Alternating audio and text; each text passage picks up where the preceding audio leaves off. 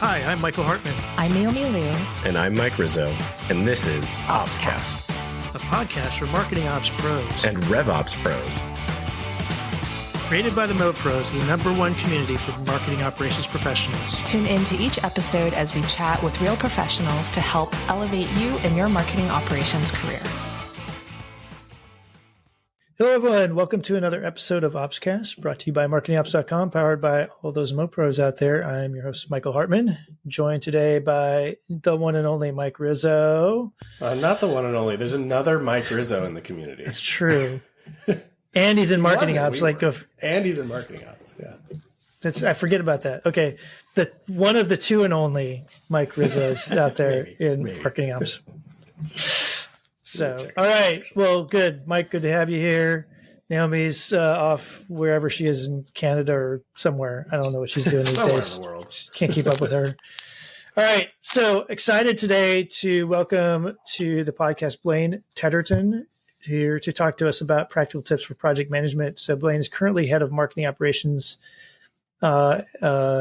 at Lead Op Solutions and senior RevOps manager with Sonray Security. I know you put this in your bio and I forgot to practice pronouncing it, so you can correct me if I'm wrong. She has worked in various roles from sales to business development to marketing and marketing operations, and now in revenue operations. She got her PMP certification in 2018 and is passionate about building clean and effective processes that support growth and efficiency. She is also a leader for the local marketingops.com chapter in the Raleigh-Durham area. So Blaine, thanks for joining us today. Yeah, thanks for having me. I'm excited to be here. Yeah, you got it right. Sonray Security. All right. I'm usually better about planning that ahead for that when I flying into this. And I will say, as we were getting ready to do this, and I think by the time this gets published, it'll be after the fact, but you were just telling us about an upcoming event in the Raleigh-Durham area that you're hosting that's now got, would you say 150 registrants? Yeah, we're at 150 registered. It's a really fantastic panel. So I pulled together some local experts to talk about marketing and AI and how it's affecting the industry, how it's changing our daily workflows and things of that nature. And so I have some experts from Pendo, Google, Levitate, and RevGen. Awesome. All right. Well, I think, that's awesome for the community. We were just talking about how I don't think the community is nearly as tight knit in the Dallas-Fort Worth area, even though there's lots of really good and talented people. It's just hard to get them all together. I would love to have 150 people registered, even if half of them showed up. That would be huge. Well, congratulations on that. So let's dive into this a little bit. So as I was getting ready for a discussion, I did come across something about you that I didn't know. Not that I was stalking you, but I was stalking you. And that is that you went to school for theater and that you worked in that industry for a while. So first off, I think it'd be interesting just to hear how what that experience was like and how you kind of shifted, but also are there things from that experience that you get to apply in your day-to-day or week-to-week work in revenue ops or marketing ops? Absolutely. It's a funny progression. People think when you say theater, oh, you were an actor, and I was not. I'm actually a terrible actor. But for me, it was the behind the scenes stuff that drew me in, the technical work. And what I did was I was a stage manager. And in live productions, there's always someone on the back end who is calling the shots. And you see this anytime you go to a production, live cast, sports cast, an event. There's somebody you see with a headset running around like an absolute crazy person yelling at everyone. And that's what I did. And I loved every minute of it. I don't even really know how I got started. It started in high school, and then I went to school for it. So it's actually a theater management degree. And I took project management classes as a part of it. Now, long story short, there was no theater management degree when I went to college. I created it. And my thesis on the way out was, here is your major now. Here is all the courses you're going to put together from all the different other programs and what you're going to expect, and go forth and train others. So So That's awesome. yeah, I was the first person from Western Carolina to graduate with a theater management degree. But what I pulled from it was skills that I don't think can be trained, and that is how to handle yourself in pure chaos. I mean, when everything is going wrong, you have to be able to think through, okay, what are the immediate things that need to get done? So, I mean, I have so many stories of live shows where we did a Sound of Music, and one of our kids, one of the Von Trapp kids, was throwing up behind the scenes. And it's like, okay, he's got a scene in like 10 minutes. How do we get him out there? Because we have no one who can fill for him. And so it's like, I literally in the middle of the show ran to a CVS, grabbed something to like a medicine or something to help stop the nausea, ran back into the show, shoved it down this poor child's throat and pushed him out on stage. And it's like, you just kind of got to figure out what you got to do, where are your priorities, how to hit them hard on what needs to happen first, second, last, and go. Wow. Love that.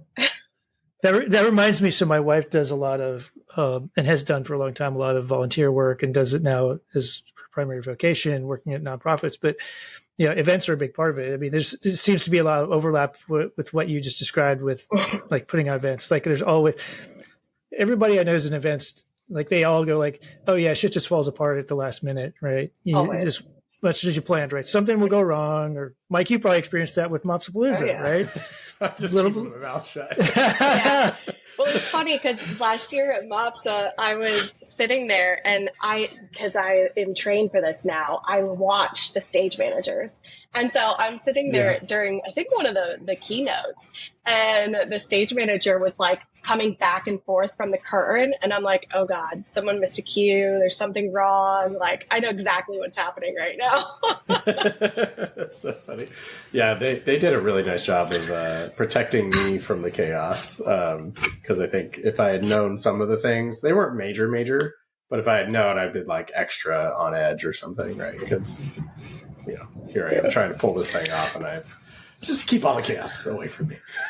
Well, and my guess is like it helps you recognize you kind of learn through trial a little bit, I guess, but like what's really like a big deal and what's not, right? Mm-hmm. And how do you triage that? And that's it helps you with your own reactions and how do you process things. And so I think, and I mean, I think there's some natural talent that comes to this. I've always been trial by fire. I got to just I can't do classroom settings, but the ability to really take it and say, okay, I need to calm down.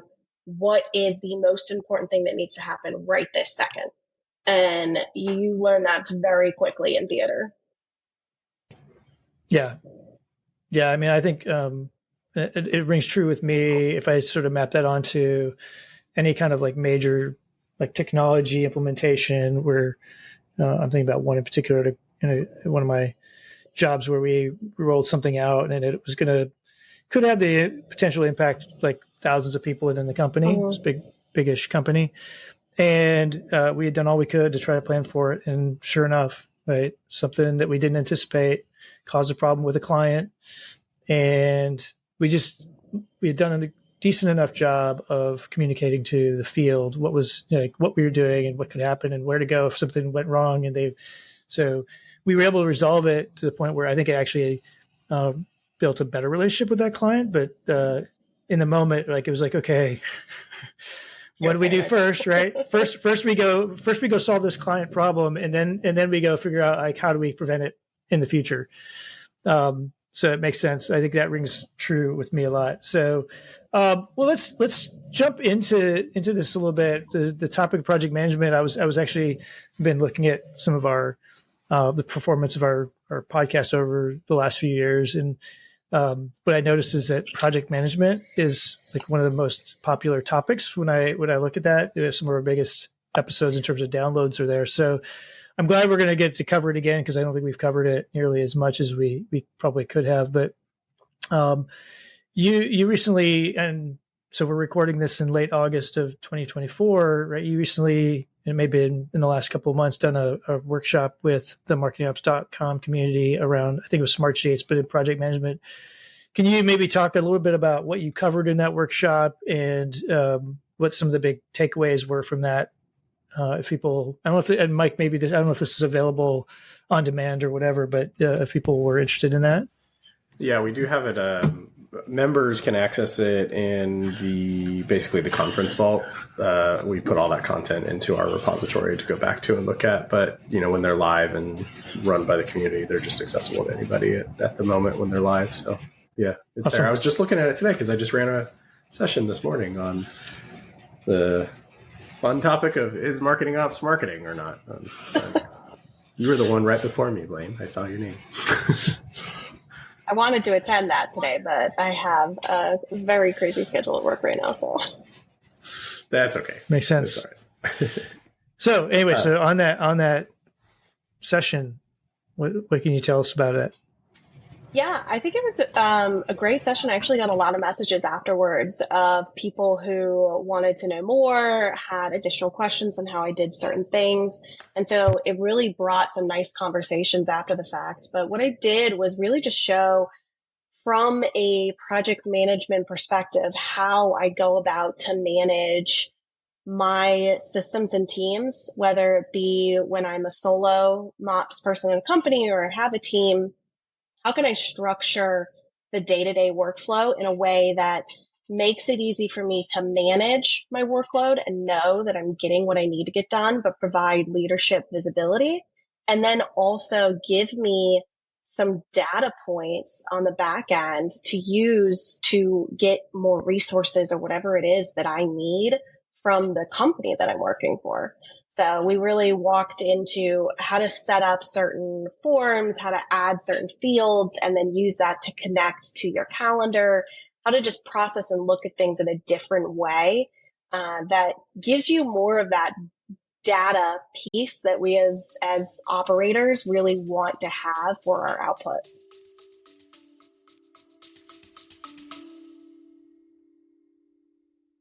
Hey everyone, Mike Rizzo here, CEO of marketingops.com and co-host of OpsCast. I've got a little secret to share with you, something that's been one of the best kept perks of our community until now. At marketingops.com, we've built a hiring program that's changing the game for marketing operations recruitment, and we're finally sharing it with the world. Our community is over 22,000 strong, and within that, we have over 4,400 members who are actively and passively seeking new opportunities. These are seasoned professionals with skills and experience spanning platforms like HubSpot, Pardot, Marketo, and so much more. Plus, we can help you fine-tune your outreach, targeting exactly the right candidates by region, years of experience, seniority level, or even agency experience.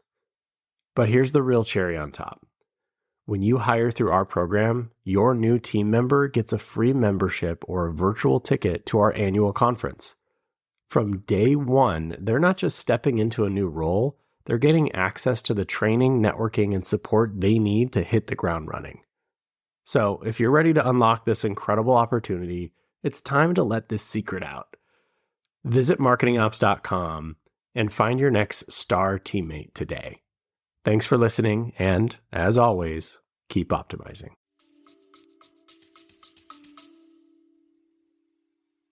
I think it's a super timely conversation for me today. So this just broad topic of project management and resource management, those two always kind of, intersect really rapidly, but they do have distinctly different, skill sets and sort of practice areas for sure. But I was on with the managing director of the RMI this morning, actually, Resource Management Institute. And we were talking a lot about just broad topic around sort of certification, education in the category, what they do, because we're really working hard on that here in the community. So I was just trying to learn from him. And then, and I posited to him, I was like, hey, what can we do together? Because we don't need to create educational content around project management and resource management and all of the things. We should just like lean on what already exists in the market that's high quality.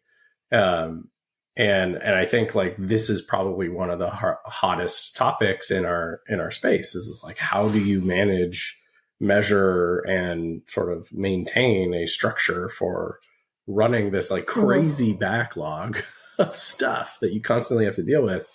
And so hopefully we'll end up doing something more with the RMI at some point. But I think in general, I don't know, like my statement and question here is like, Blaine, do you think that all MOPS people should get some basic level of like project and resource management education? Like what, like, is it, and do you think it has to be tool specific, or is it just like principles that we should be like learning? I just love your sort of thoughts on that stuff. I'm just going to say there's a right answer to this question. It kind of is.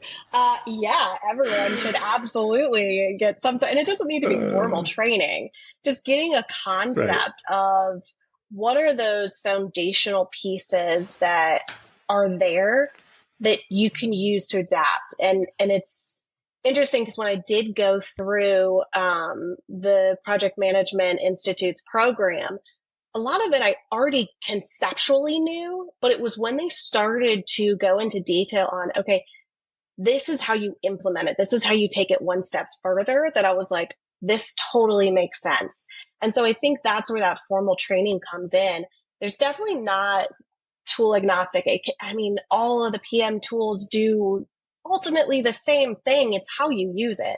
That's always been my stance. The tool is only as good as what you're putting in. So it doesn't matter what tool you're using. If you have an understanding from a foundational standpoint of how you want to run things, what is that output you want to see? And then you can make that tool deliver it. And I think that's what you get from some of those additional project management trainings. But you have to know the training you're going into, because there's a lot of like fluff out there. And so that's kind of the hard part, is how do you identify the trainings to get those more complex next step pieces that you might be missing? Because if it's just a high level project management 101, a lot of us already kind of have that because we've naturally learned it over time with working with other individuals and stuff.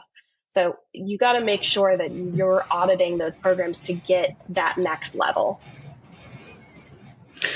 So I'm curious, is there, because I'm sort of torn, right? Because I think you're right. There's probably, if you look for project management training, there's probably a jillion, options out there, most of which are going to be not great. But I'm thinking about a book that I talk about a lot with lots of people, including my coaching clients, is a book called Crucial Confrontations. And I think if I had read the book and gone through that by myself, it would have been fine. But I think part of the value for me was going through the book and going through training where you actually practically applied it to some real life situation at the same time. And I think I had a lot of value. Do you think there's something like that makes sense with the training for project management? Because I feel like I've known other people, not you, Blaine, of course, who have certifications for PMI who actually are not very good at project management, or some of the in quotes, right, softer skills that are, I think, make effective project managers. Yeah, anyway, thoughts on? Yeah, and I do think that there is a nuanced difference when it comes to the type of project you're managing. If it's a software development, that's going to be very different skill set than what I am doing. There's a lot of different elements. And so, when I went through the PMI training, I was doing marketing ops at the time. And so it was, what can I apply to me now versus what are some of these pieces, like some of their calculations and things like that. It's not anything we're necessarily going to put into our day-to-day here. Right. But knowing that and knowing that there are different types of project managers, I think it absolutely makes sense that you would want to combine it with some sort of workshop in let's break down project management for campaigns, project management for, tool implementation. and what those elements look like. I think that's a really good point about the different types of projects from a functional standpoint. Because I have run into that before, where I have project managers who I've worked with who are, say, really good at software development, right? Which is probably one of the bigger places. But when you try to get them to do that in a scenario that is maybe less structured in general, right? A campaign flow is a good one. Like, when you develop, like, part of it is developing the creative, and there's review cycles and yada yada yada. It's a different kind of project just because of that. Not necessarily the principles of the project management may not be different, but the nuances of it are different. I think that's your point.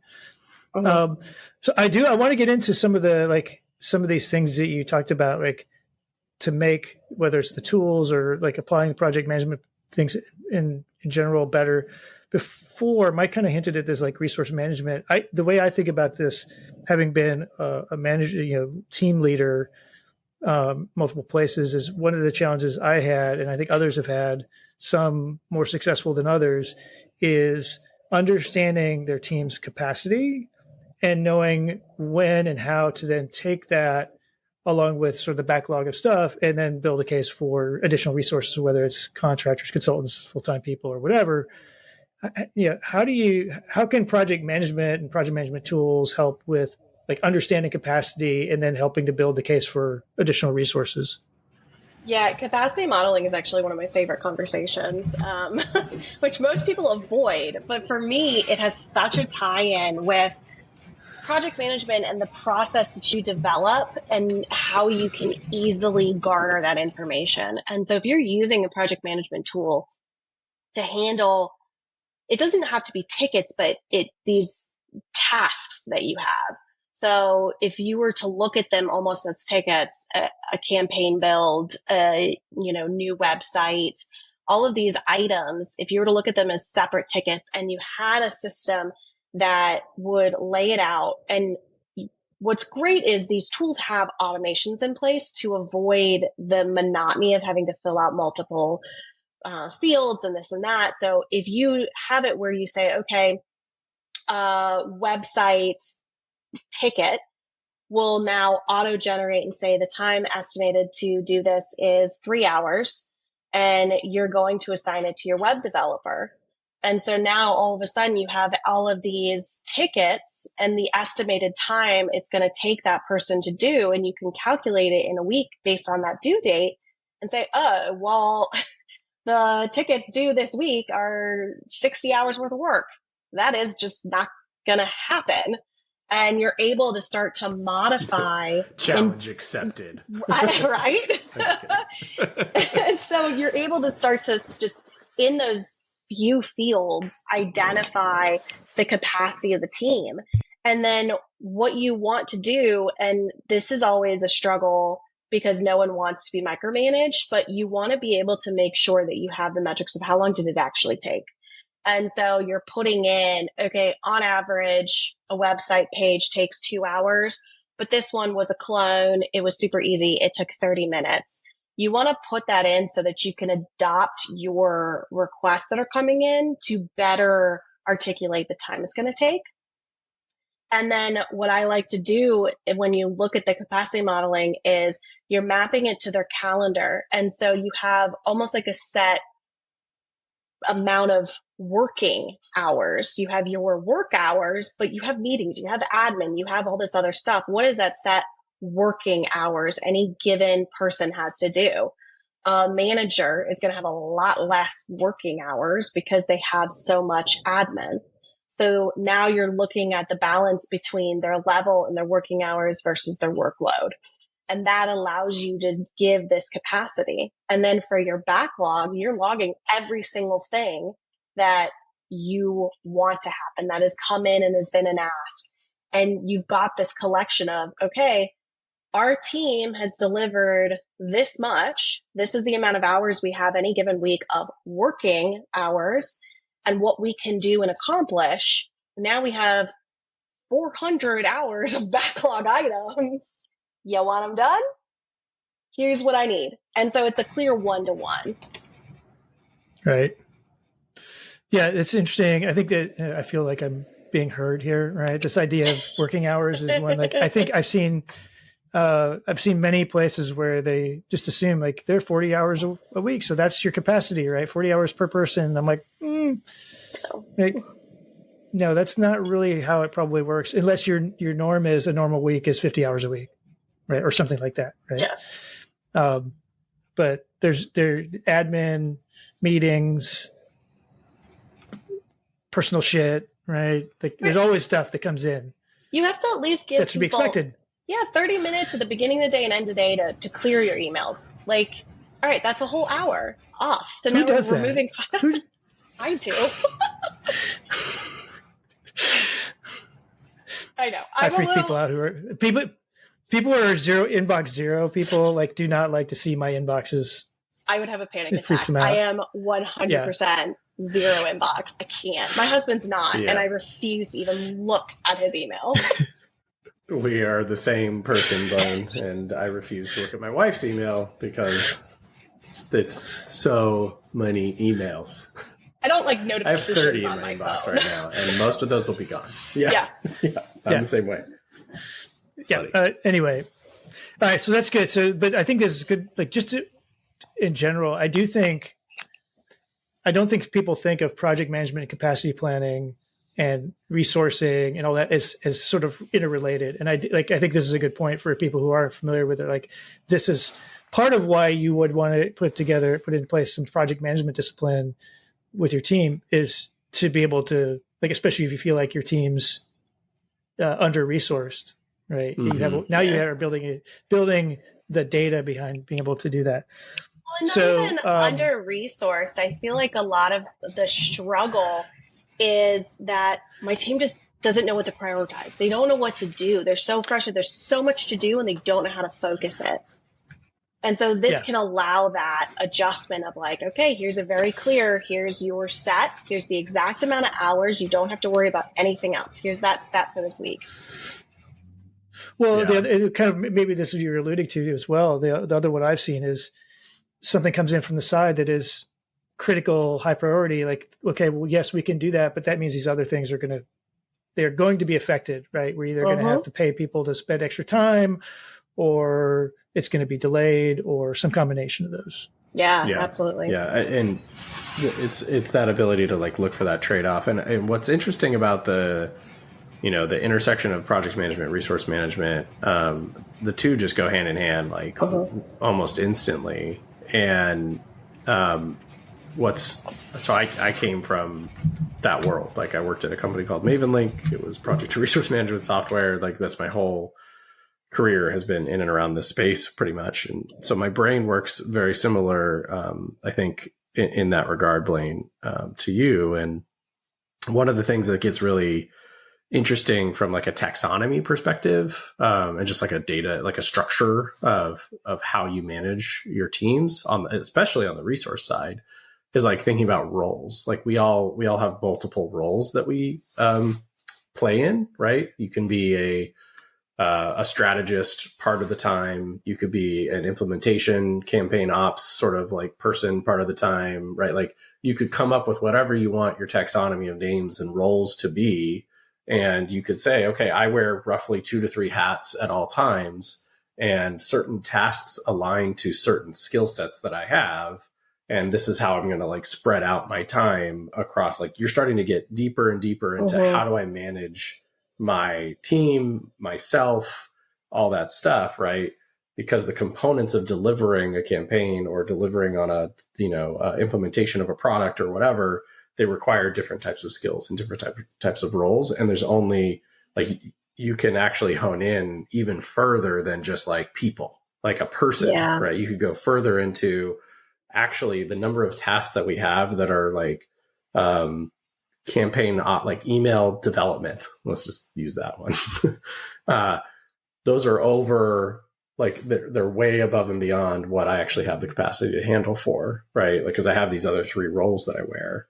And so therefore, email development as that hat, I should probably look to outsource to an agency or independent contractor, or bring somebody else on the team or whatever, right? Because here's the number of hours that are just, like, going to that type of role. right now.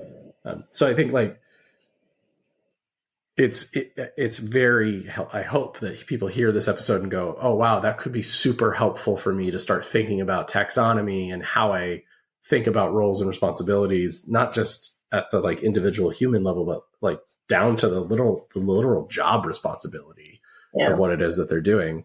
And this stuff isn't easy.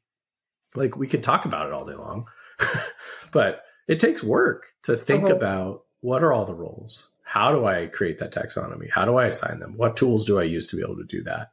And so like, for those of you listening, like, yeah, it's going to be a lot of work, but at the end of the day, it's going to pay off because hopefully you create more visibility into, growing your team or getting the help that you need or whatever it is that you're aspiring to do. And just the last piece that I'll say on this is like, I don't know about you, Blaine, but I find it really hard being a technologist to like not want to be the owner of the project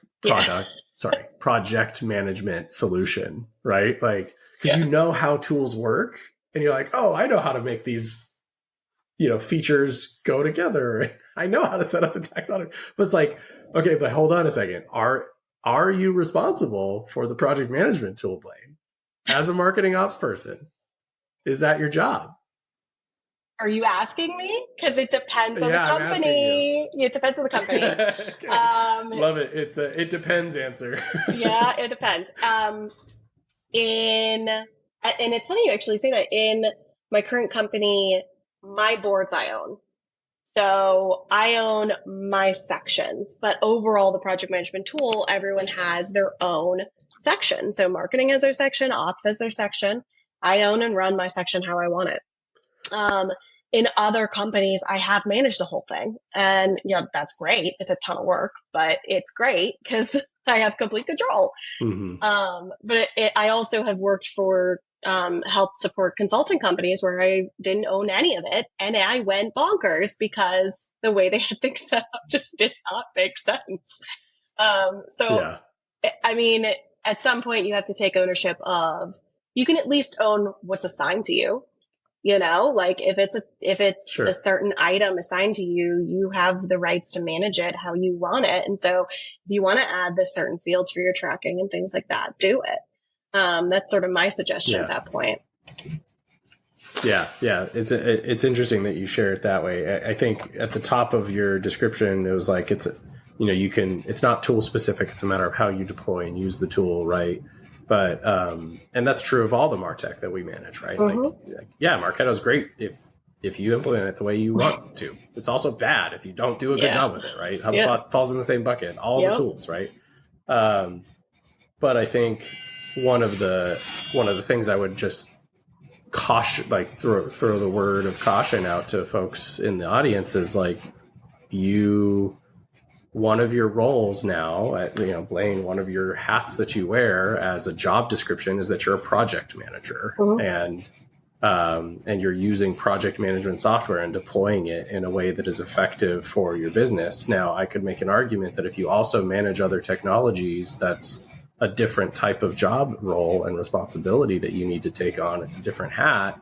And eventually, hopefully, you either have someone else take on the other ones, or you go, oh, wow, the time it takes for me to just do project and resource management is pretty large. I need a project manager to run this now.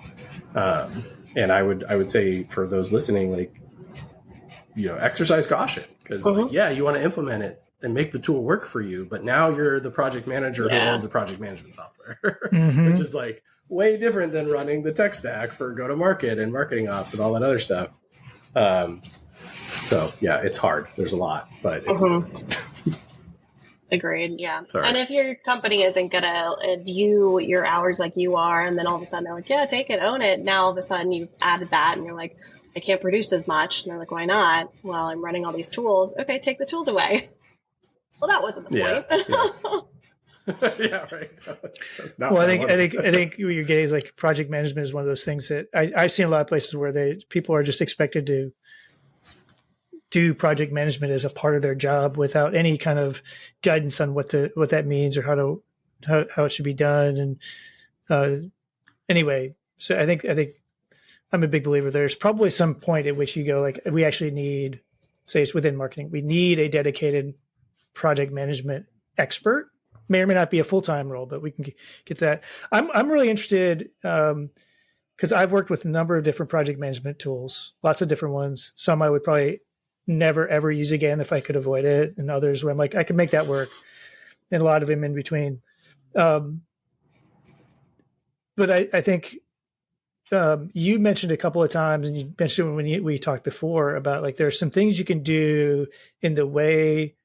I like the word Mike used, taxonomy, but the way you put things, kind of structure things within the platform that can help with what I hope it helps with is not only like building out projects and tasks and things like that faster, but also making it like less of an administrative burden, which I think is part of why some places don't do well with project management tools as well. What do you have in terms of, are there some best practices you have for that? Even though I hate that term, but like guidance for like, what should people be thinking about from a structural standpoint? Yeah.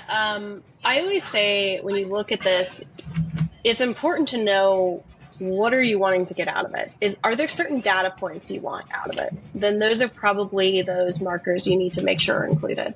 Some suggestions, the tool that work is getting done in. Not only is it a great way to filter, but also to better track how much work is being done.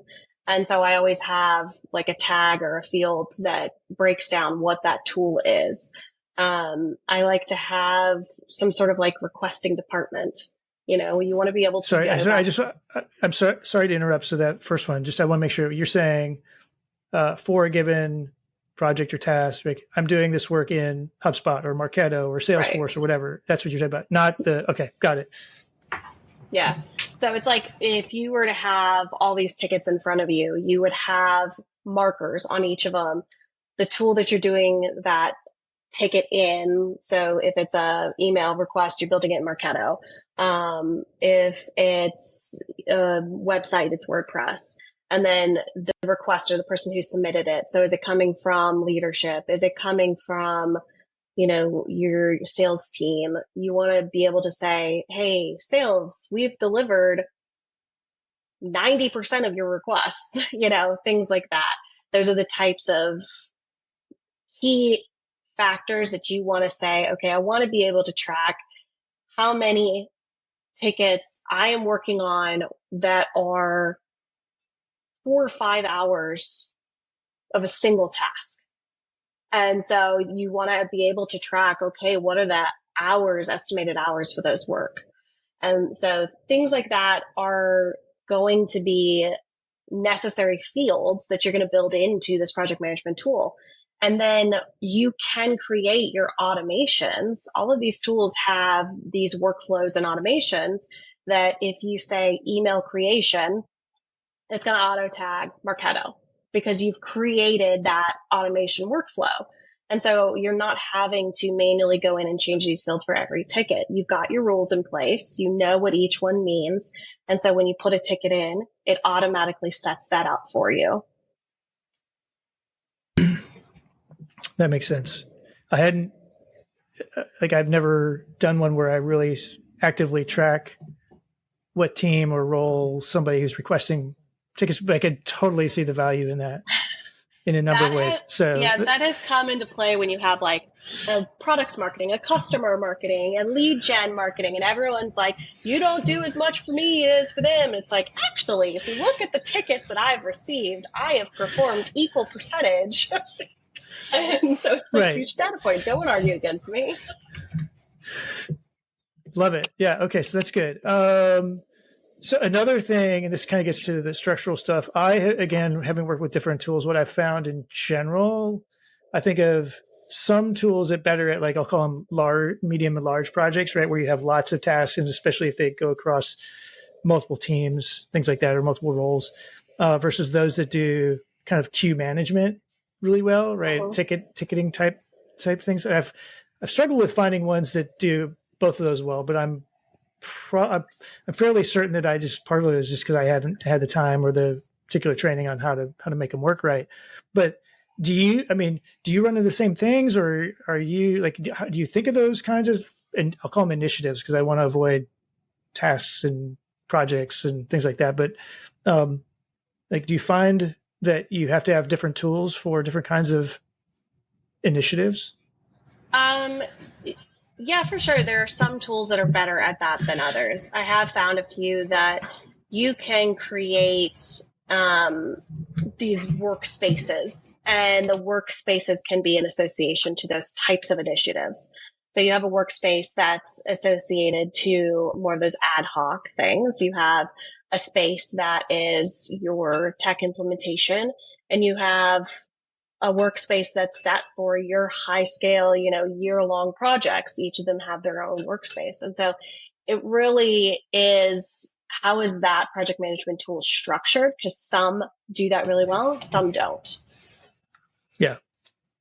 Like, I wouldn't use Basecamp. Sorry for all the Basecamp lovers out there. But I wasn't going to throw name drops, but go ahead. That's about Yeah, it. no, I'm okay with that one. Okay. Yeah, I'm not a fan. Not a fan.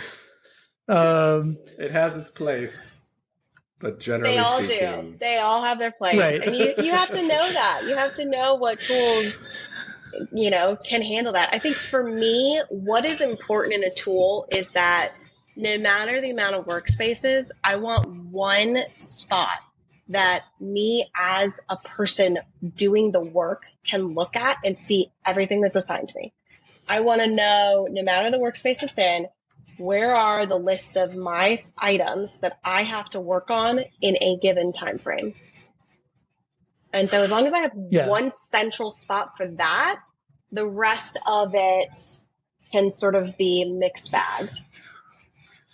So, something that I hadn't planned on asking you about, but it's just occurred to me in this, it always comes up for me in the same context is, and maybe this gets to the like custom fields and things like that, but is there a way to connect the dots between the work being done that you're tracking in a project management platform and, say, team or company goals and objectives, right? So that you can then also look at, here's all the work we did in support of our top 5 company goals or team goals or whatever, and here's the things that we did that were in addition to that. That's how I tell people to structure it. Take your KPIs. If the company has OKRs, refine your KPIs to be what you can deliver out of your PM tool. Because otherwise, our KPIs can be sort of arbitrary, and it's hard to put specific metrics around it. So being able to say, all right, my goal is to support the marketing team. What does that look like? If they're submitting me tickets, my goal is to achieve 90% of those tickets within the SLA and timeline. That's a specific measurable goal that I can now track in my PM tool and say, look, I supported you guys the whole way to get to what you guys wanted, which was to put out 60 campaigns. Makes sense. Another related question, I think. Do you find that the way I'm trying to think about how to put this? 2 components to this. One, I also worry about putting too much, I'll call it cleverness, right, into a setup, right? So you kind of create a structure that, if it worked ideally, it would be great. And you have all this insight, yada, yada, but it actually creates a bunch of burden on the system or administrative work. The other is, as the teams grow, if you have a larger team, you already have sort of embedded complexity and inefficiencies because of that.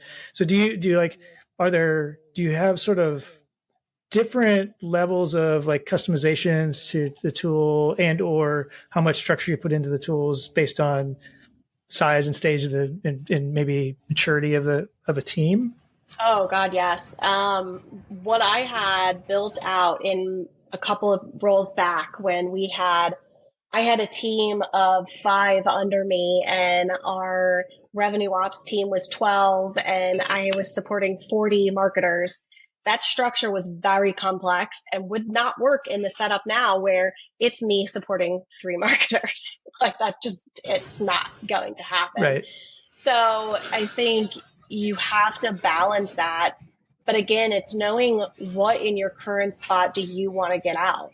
with me currently, I don't need to get out some of those results that I needed to get out at the past role. So what I need is a way to track my time and to show visibility into the work that's getting done in my current role. So I'm going to set it up in a way that clearly connects the tasks or the initiatives to my calendar and has that broken out so that I can easily drop in what's happening this week. And my boss can just look at it and say, okay, I know what she's working on this week. I know how long it's going to take her. I'm good to go. So it's all about figuring out where that stands for you. Okay. And I assume, maybe I did a bad assumption, but I think I would approach it too if I had a smaller team that would also want to do things. I wouldn't want, I'd probably shy away from too much customization that would sort of paint us into a corner, if you will. Yeah. Right? I want to be able to be flexible and agile in terms of being able to execute. I think the more you modify things, the less you have of that ability. Yeah, for sure. Could also create. Go ahead. Sorry. No, go ahead. I was just going to say, keep it simple, stupid. There's too many options, then things are going to get complicated. It's when things are already too complicated that you need to do all of that. Yeah. Yeah, I was for the listeners, we're on video, and I was smirking at some of the comments because I have also seen people create some pretty interesting job security moments by creating some rather complicated processes. It's an interesting way of phrasing it. Okay, it can happen. Yeah. I I once worked with an IT team that owned this custom integration between HubSpot and Salesforce, and I was like, this is not necessary, but yeah, all right. I was the consultant, so you've got job security. Good for you. You do you. Mm-hmm. You do you. Anyway, but I agree. Generally, don't overcomplicate it.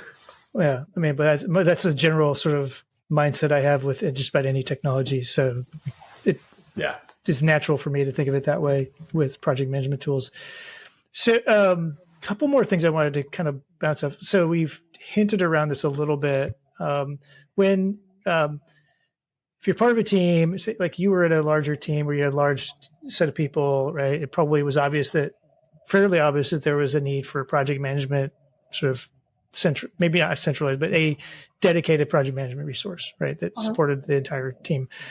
Where you're at now, probably you play lots of roles. Project management is a piece of it, and it's probably a small fraction of it, is my guess. How do you have any sort of rules of thumb or guidelines for knowing, our team has gotten to this point, whether let's keep it to marketing, but marketing is working with, say, sales ops and legal or other teams, right, that have to be a part of the workflows. Yeah, how do you know when you probably need to start thinking about at least a significantly portion of somebody's time dedicated to project management, or up to full time, or maybe even more than one person? That's a great question. I would think I guess for me, I say this, I would think it'd come to be obvious, but I guess for me, it's more obvious, and for others who don't have that background, it wouldn't be. So I would be looking for red flags, like lots of missed deadlines, lots of things not getting followed up on, projects getting put on hold because there's no one to move it forward. Any given person not getting their work done because they're spending too much time chasing other people. Those are the key red flags that you need one sole person to come in and take the reins. Give you an example. So I was working in a place where I won't say it was campaign managers, but let's just leave it at that. People like campaign managers were part of what they were asked to do is to put together a plan, right? And they would put together their plan. They'd pull all the different stakeholders together and review the plan and go Michael, you know what you need to do. Rizzo, you know what you need to do. Blaine, you know what you need to do, right? Yes, everyone nodded. And then they would wait to, say a month. So it was a multi-month project. month later and be like, okay, we're going to check in. How's everybody doing? And like half the people wouldn't have done anything. Right. Is that the kind of sign you would be looking for? Where like, it's just because, and it's not because nobody, like people didn't care. It's because no one was following up on a more frequent basis. Okay. Yeah, or because that was a place where I was saying we need someone to, right. Yeah. Well, or people just like, oh, the other, like this other thing came in that was urgent. And it like, and then I just forgot about this other thing because I don't have one place to look for what work I'm working on. Okay. That's good. You're right. I think it'll be, people will have to kind of, that's when it is a little bit learned, right? You need to kind of go through some experiences like that. Okay, we are running short on time. I do want to get to, this is a little bit more of a, Mike's getting tired of me. This is like the fourth time today that he'll hear me go on some sort of rant.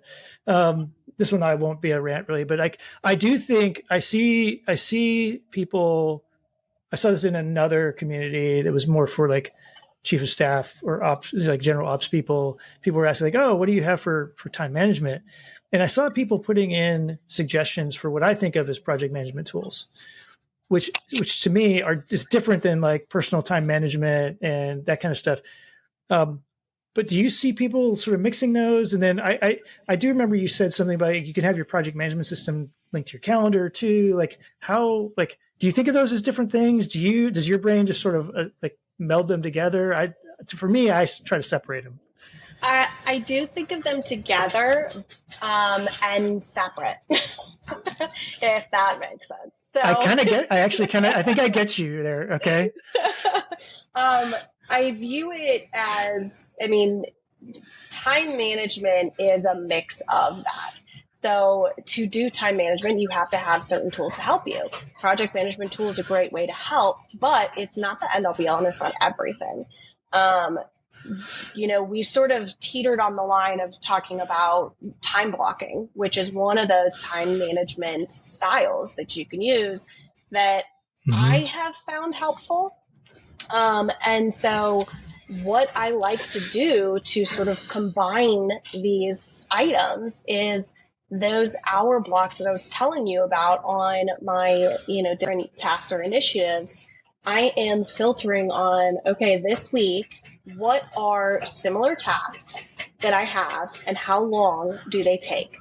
Okay, so I have 3 emails that I have to build, and those 3 emails are, an hour each. That's 3 hours. Where in my week do I have 3 hours? Now I'm going to block those 3 hours. I'm going to put those tasks directly on the calendar, and I know exactly what I'm going to do and when I'm going to do it. And so as I'm working through my week, if something pops up, 1, no one's going to schedule over that time because it's blocked. And 2, lucky you. Well, but 2, if they do, I know that, okay, something's going to have to come off or I'm going to have to move this. And so it's not like I lose track of everything that's happening in the week because now I'm sort of just like shifting these blocks around. I do block open hours. So I have certain parts of my calendar that are like, these are the hours you get. If you're going to book time on my calendar, it's in these hours. And every day has a different type of slot and there's certain ranges. So I like to leave that time for your one-off calls and emergencies and things like that because I know it's going to happen. That's as a manager, as someone who's main running. If I was just like a specialist, I probably wouldn't need as much of those open hours. So that's sort of how I time block, but also use that project management tool to account for the spaces in my calendar that need to get done. I've tried the time blocking thing, and I guess it is a me problem. I'm not I'm too easily distracted. I think so. That's one, but I like the idea of doing that. I mean, that's similar to what, like, I'm an old Franklin Covey planner guy, so people may or may not be familiar with that.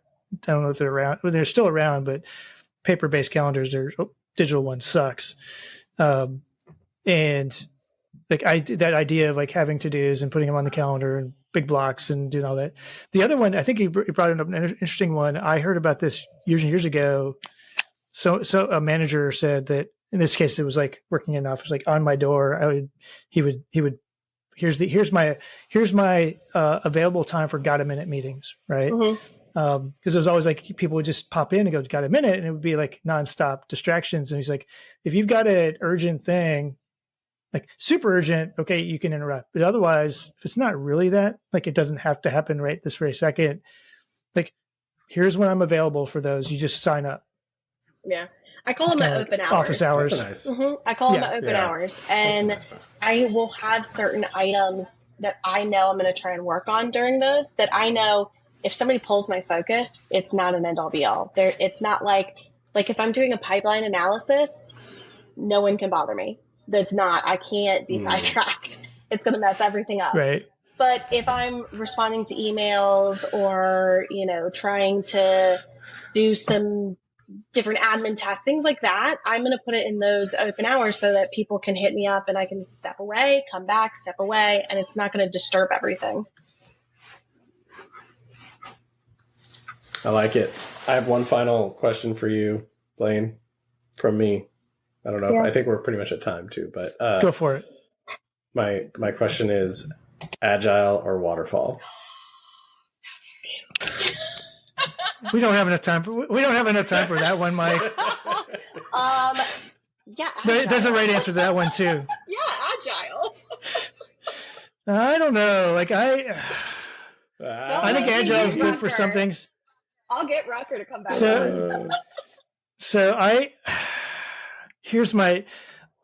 I'm working with a client now, and they are using agile for some. It's not even really marketing it, but it's, to me, like I struggle. I can see the value, and I'm starting to come around.